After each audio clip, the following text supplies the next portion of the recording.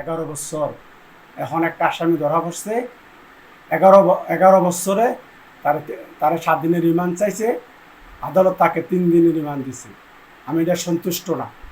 তার 7 দিনের রিমান্ড দরকার ছিল। এটা আমার মেয়েটা যাতে আমার কলিজারা হা হা করে কান্দে আমার মেয়ের জন্য, তার বক্ত কান্দুক। তে যে মানুষ হত্যা করলে কি হয়, তারা না খালি, তে না খালি এই আসামি না খালি, আরও তার সাথে আরও আসামি আছে।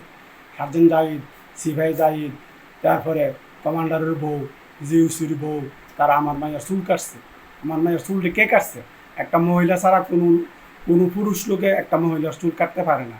অর্থাৎ 16 সালে যে কমান্ডার ছিল, যে জিউসি ছিল, তার বউ, তার জিউসির বউ, কমান্ডারের বউয়ে আমার মেয়ের চুলটি কাটছে। এটা আমার বিশ্বাস, এটা আমার জানা। এছাড়া আমি আর কারোর অবিশ্বাস করি না। তারাই আমার মেয়ের চুল কাটছে, তারা আমার মেয়েরা মারছে। নাহলে যেখানে একটা জিউসি থাকে, এখানে একটা ফাতা পড়তে পারে না। এখানে অনেকক্ষণ লাইট ছিল না, লাইট অফ ছিল। কমপক্ষে 4 ঘন্টা 5 ঘন্টা লাইট অফ ছিল, 5 ঘন্টা লাইট অফ ছিল। এরপর বিদ্যুৎ থাকে না। এখানে ক্যামেরা ছিল, ক্যামেরা নাই। যেখানে সেনা কল্যাণ, ওইখানে ক্যামেরা আছে, ক্যামেরা বলে নাই। কি বলবো, তখন তো কোনোই করে নাই, তখন কিচ্ছু করে নাই। তারা যেভাবে বলছে এইভাবে আয়ুরা লেখা নিছে। আয়ুরা আগের যে সিআইডি ছিল জালালউদ্দিন, এইটা এমনি লেখছে। আমার কথা কোনো শুনেই নেই, কোনো শুনে নাই, কোনো আমার বক্তব্য কোনো করে নাই, খালি ঘুরাইছে আমার, খালি হুতাশ করাইছে। এখনও তারা তো এই অবস্থায় করতেছে।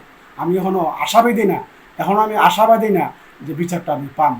এগুলো কথা, যদি সবগুলো আসামি ধরা হয়, 3 জন সার্জেন্ট জাহিদ, সিপাহি জাহিদ, তারপরে আরও আসামি আছে, তারা সার্জেন্ট জাহিদের বউ, তারা আইনের আওতা আনা হোক।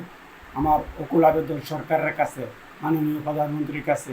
মাননীয় প্রধানমন্ত্রী বলছিল যে আমি যদি কোনোদিন ক্ষমতা পাই, তখন মাননীয় প্রধানমন্ত্রী কোথায় ছিল? লন্ডন ছিল।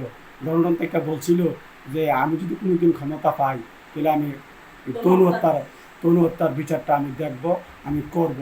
আমি এটা আশাবাদী মাননীয় প্রধানমন্ত্রীর কাছে। আমার এই কথা, আমার মা নাই, বাপ নাই, ভাই নাই, বোন নাই, কেউ নাই আল্লাহ ছাড়া। আমার একটা বিশ্বাস, মাননীয় প্রধানমন্ত্রী আমরা এটা দেখব, আমরা এটা সুবিচার করব। আইনের আওতা যে হোক, আইনের আওতা আনবো।